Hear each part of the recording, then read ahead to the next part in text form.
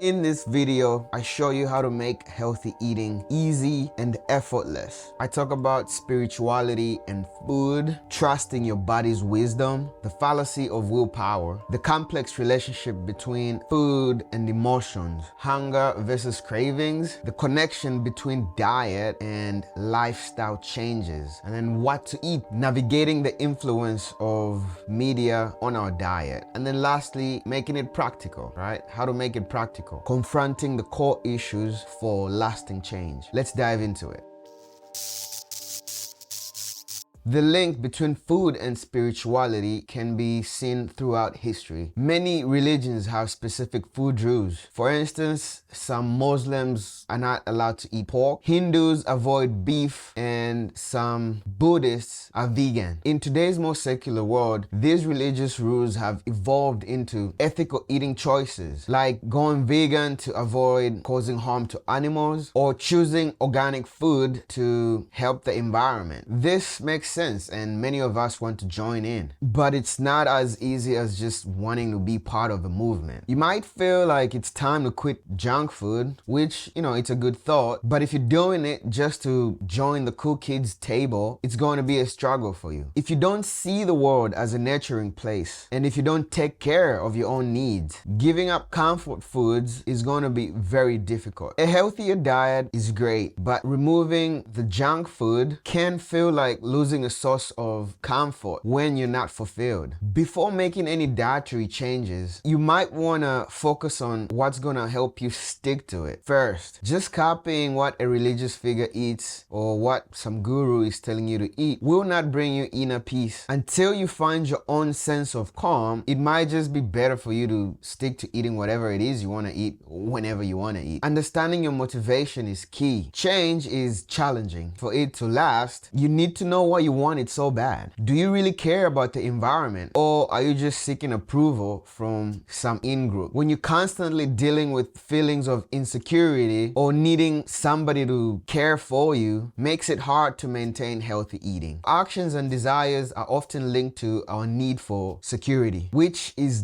deeply connected to food. If there's a gap between what you eat and how you see yourself, it can create tension. This tension will either resolve when your eating habits align with who you truly are, or when you change your life to fit your new diet. And the latter is why a lot of people think they need willpower to succeed.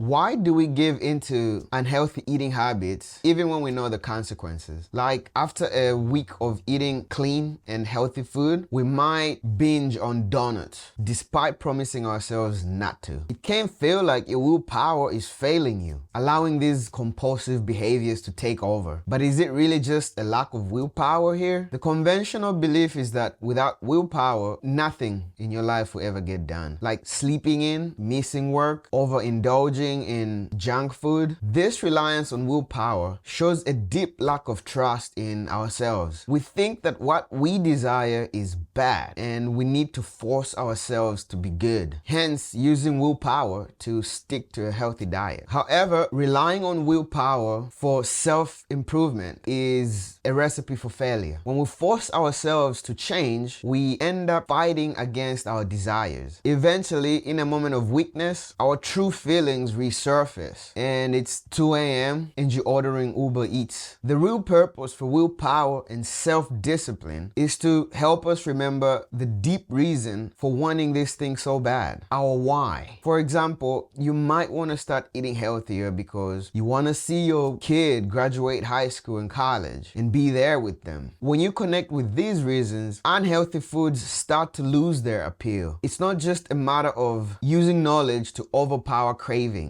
Doubting our bodies is what got us into this mess in the first place, and willpower alone will not fix it. Instead, it takes courage to let go of bad habits built on distrust and denial, and to start seeing our bodies as allies that speak the truth. This shift will help us differentiate the difference between true hunger and cravings.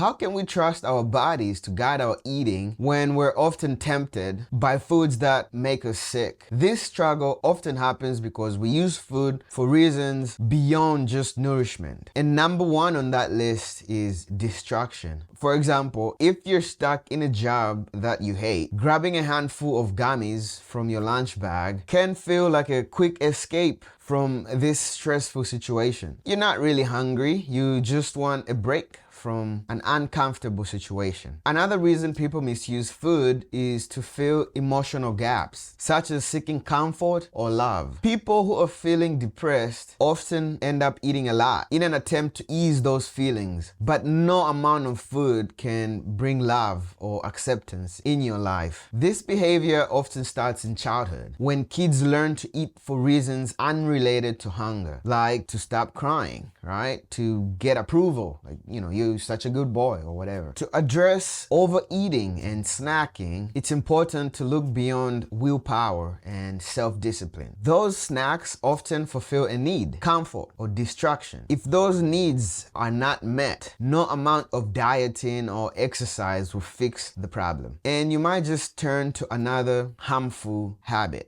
Binge eating often stems from the desire to escape from life's challenges. After finishing your meal, if you still unhappy with your life, you might want to prolong that eating experience. This doesn't mean you're lazy or overindulgent. This problem runs much deeper. And the solution isn't simply about controlling yourself or relying on willpower. It often requires real changes in your life, whether that's in your job, your beliefs, or even your environment. If you're having trouble changing your diet, it might be a sign that something in your life needs to change, not that something is wrong with you.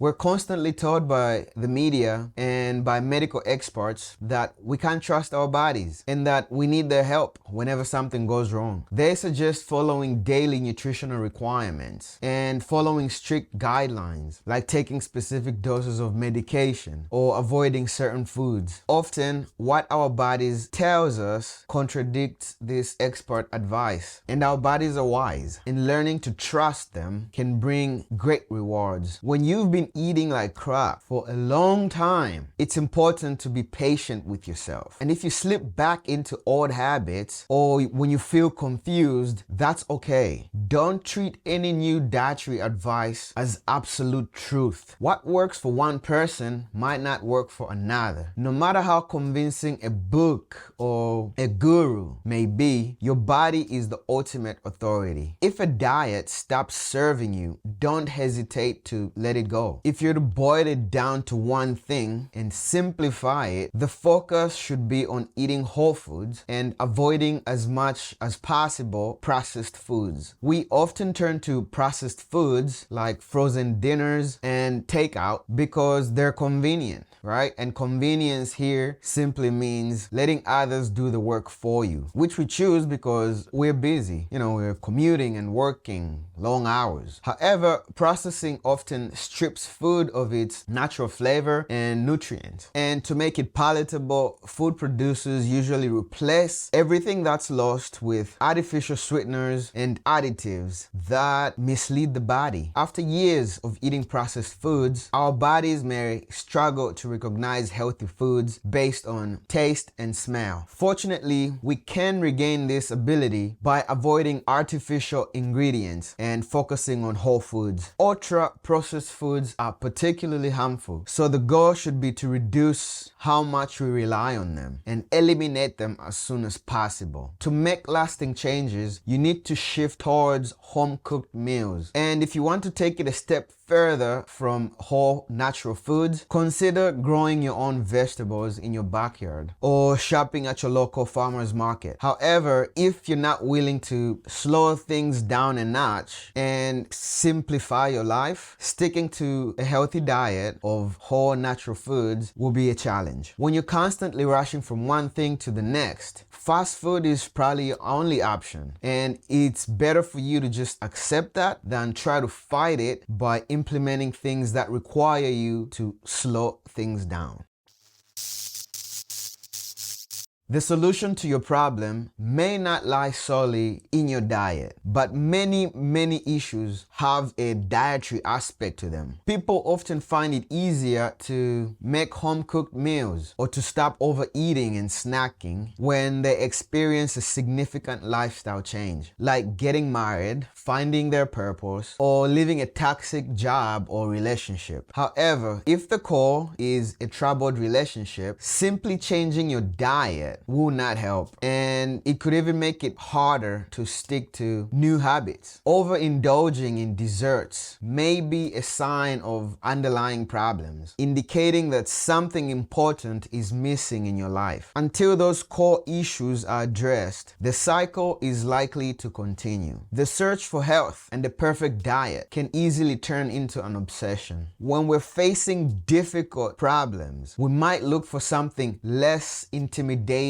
to focus on, like our diet. For many, including myself, diet feels way more manageable than tackling family and relationship issues. It's common to avoid the hard work required to confront the deeper problems and instead get lost in searching for answers in the wrong places. For example, a new dad might binge on snacks to cope with stressful life challenges like money. Money is a big one. You're a new dad, you're broke, it sucks. And he might find brief relief from junk food. And junk food is very famous for being addictive. If he tries to quit without facing the underlying issue here, create a plan to get out of the shit, find a way to make some extra cash. If he tries to quit, those problems may feel even more painful. Without a plan for those deeper struggles, his willpower to maintain a healthy diet will eventually wane, leading him to old habits for comfort. On the other hand, if he confronts and resolves these core issues in his life, he may find that positive changes follow naturally. Weight loss becomes easy and dietary changes may happen effortlessly. And that's it for today's video. I really appreciate you spending your time with me. It means a lot. I really care about making this type of content. And if you find any value out of this, leave a comment, like, subscribe for more. And it's not impossible, this issue of diet. You can do it. Might be challenging, but it's doable. I'll see you on the next one.